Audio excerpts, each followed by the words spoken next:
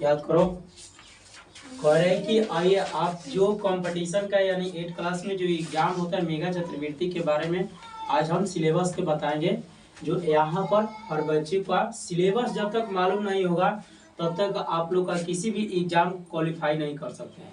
Main यहाँ पर syllabus जानना जरूरी होता है। जब सिलेबस किसी का मालूम हो जाएगा तब पढ़ने में भी और एग्जाम निकालने के लिए भी आसान हो जाएगा। आइए देख रहे हैं राष्ट्रीय आय सह मेगा छात्रवृत्ति परीक्षा, यानी ये कह रहे हैं कि बिहार गवर्नमेंट यानी आपका जो सरकारी होता है बिहार गवर्नमेंट और सरकारी स्कूल से, ये नहीं कि प्राइवेट स्कूल से है और जाकर भर दीजिए तो नहीं होगा, आपका सरकारी स्कूल होना चाहिए।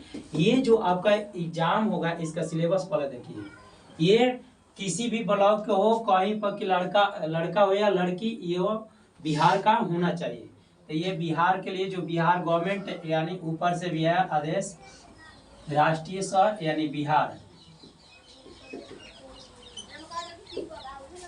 अब कह रहे हैं कि इसमें देखिए 8 क्लास के लिए बच्चे का, केवल 8 क्लास के बच्चे का होना चाहिए उसमें, यानी प्रत्येक वर्ष आपका ये जो एग्जाम होगा। कहने का मेरा मतलब कि यानी हर साल इसका एग्जाम होता है जब आपका नवंबर दिसंबर में आपका एक लिया जाता है, यहीं पर छोटा मोटा स्कूल में होता है, फिर उसके बाद से दिसंबर में फॉर्म और जनवरी में इसका फाइनल एग्जाम होता है। यानी प्रत्येक एग्जाम पास करने पर यानी प्रत्येक वर्ष आपको 12,000 रुपया मिलेगा। कब तक? 4 साल तक। यानी टोटल मिला के कितना हुआ? 48,000 रुपया, यानी बरचौक 48, यानी प्रत्येक वर्ष। कब? जब एग्जाम पास कर लीजिएगा आपका मेरिट में नाम आ जाएगा तब। ये नहीं कि एग्जाम पास कर लिया मेरिट के नाम लायक है नहीं है तो उसमें आप लोग का नहीं आ सकता है।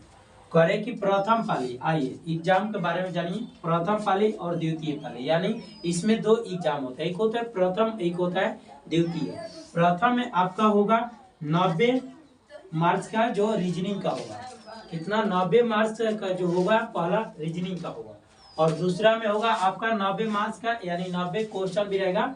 यानी फिर करें कि टाइमिंग के बात किया जाए तो 90 मिनट, इसमें भी 90 मिनट, यानी प्रत्येक क्वेश्चन पर 1 मिनट का समय दिया रहेगा। अब इसमें देखा जाएगा कि रीजनिंग में क्या क्या पढ़ाई होगा। तो रीजनिंग में आपका होगा वर्बल रीजनिंग और एक होता है नॉन वर्बल रीजनिंग। वर्बल के मतलब यानी सेंटेंस के रूप में दिया रहेगा, और नॉन वर्बल के मतलब यानी फिगर के जैसा फिगर दिया रहेगा। आप उसमें से दे देगा कि तीन फिगर दिया है, एक फिगर में आपका अंक नहीं दिया है, पूछ दे कि इसमें बताइए कि क्या होगा, तो उसी को बोलते हैं नॉन वर्बल रीजनिंग।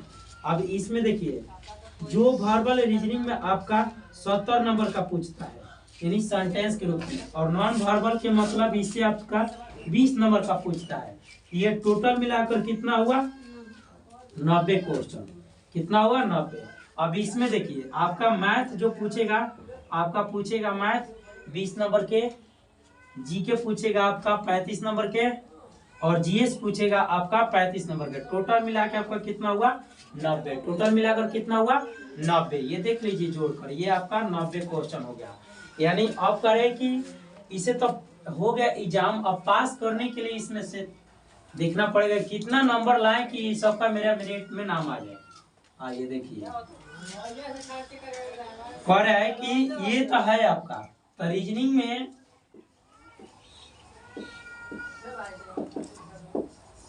में यानी जो 90 नंबर का होगा तो कम से कम एसी हो या ओबीसी के लिए तो 36, एसटी के लिए 28 लाना है।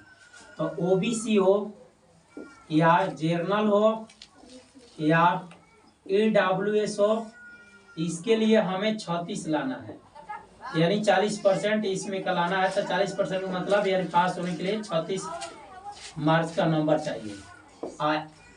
एसी एसटी के लिए आपका 28 नंबर, कितना? 28 मार्क्स होना चाहिए पास होने के लिए।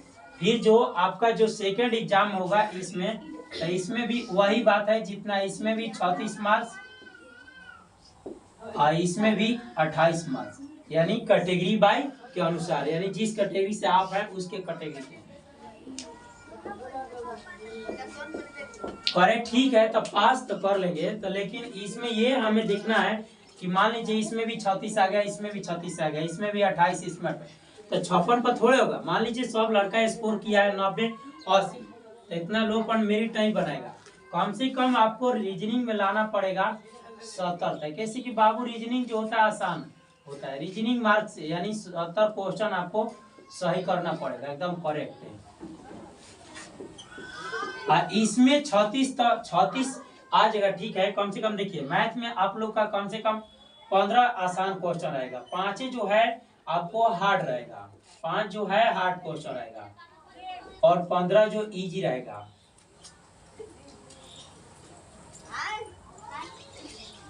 और फिर करें कि 35 में इसमें भी आप लोग का 25 नंबर तक धरा जाएगा, इसमें भी 25 नंबर तक है।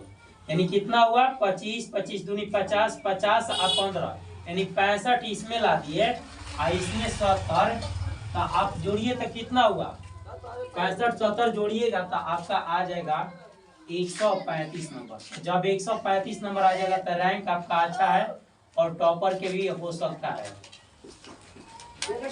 हाईएस्ट बच्चे उठाते हैं 90 95 100 से नीचे ही रह जाते हैं, बहुत हाईएस्ट बच्चे। ये जो मुश्किल से तैयारी, ये आपका जो कंपटीशन लेवल का तैयारी होता है, तो ये जब छोटू आप इधर से सब का मजबूत करिएगा तो आगे चलकर आप लोग का बहुत फायदा होगा, जो यही बात है, ठीक है। अब इसमें आप लोग का देखिए थोड़ा रोड पर है तो दिक्कत होता है, हाला उला कुछ लोग यहाँ पर बदमाश भी है, रोड पर दे जाता है अनएजुकेटेड जो होता है, ठीक है। अब सिलेबस जान गए, इसके बाद से पढ़िए, चलिए ठीक है, मिलते हैं, राधे राधे।